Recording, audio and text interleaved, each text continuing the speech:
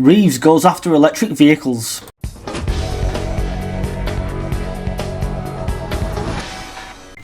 If you bought an electric vehicle, you may have had good intentions behind it. You may think it's good for the environment, which it isn't, in many ways. For example, they weigh a lot more, they do more damage to the roads, so we need more materials produced to then fix those roads. The amount of carbon it takes to build them that's put into the atmosphere, the amount of carbon used to transport the things over here on big freight ships, crossing various oceans. They don't last very long.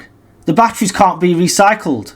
And if you do want a new battery for an electric car because yours goes, which it will, it then costs you more than the car's worth.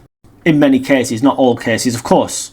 Reeves has now decided that completely going against the net zero dream, and of course this government, like people like Miliband who don't drive electric cars but are trying to push other people into them, she's going to go after electric car drivers based on, taxing people, based on the car's weight or a pay per mile system.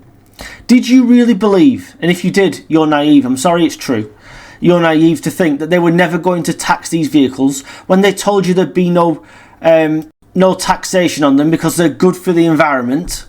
Of course they were going to tax them, because as less people start to buy petrol and diesel because they move to electric, they are then going to tax something else. It's completely up to you what you drive, it's really none of my business. But I'll tell you now, I won't be getting a shitty electric car.